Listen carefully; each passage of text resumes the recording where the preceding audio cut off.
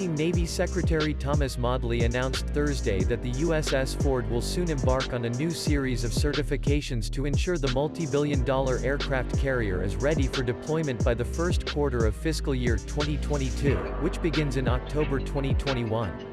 The American taxpayers have invested significant capital into this ship and they deserve nothing less, he said in a service-wide announcement issued on December 19. "We are going to make Ford ready with all hands on deck, as one team." The release noted the Navy's first goal in this series of USS Ford maintenance will be the completion of its aircraft compatibility testing for all the carrier's relevant aircraft by March 2020. Further along in the process, the Navy hopes to have 2 additional weapons elevators installed to enable access to magazines by the end of fiscal 2020, which ends in September.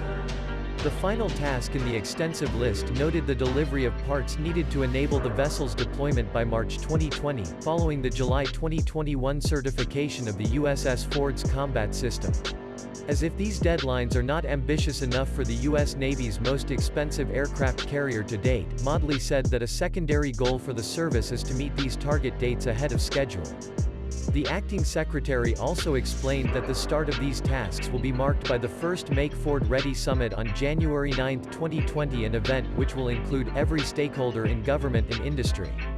From non-functioning weapons elevators to a faulty propulsion system, there have been several maintenance issues on the USS Ford over the past year which have kept the costly carrier from returning to the seas. Former Navy Secretary Richard V. Spencer even put his job on the line in regard to the weapons elevators, telling U.S. President Donald Trump in 2018 that he would welcome being fired if the munitions elevators were not functioning by the then July 2019 deadline. While Spencer was ultimately asked to resign over his handling of Navy SEAL Eddie Gallagher's war crimes case, the U.S. President did note via Twitter on November 24 that large cost overruns from past administrations' contracting procedures were not addressed to his satisfaction. Modly, the Navy's undersecretary, has been serving as acting secretary since the office was vacated. The service official concluded his December 19 address to the Navy by asserting the USS Ford is just the first ship of this new class and must set the standard for those that will follow.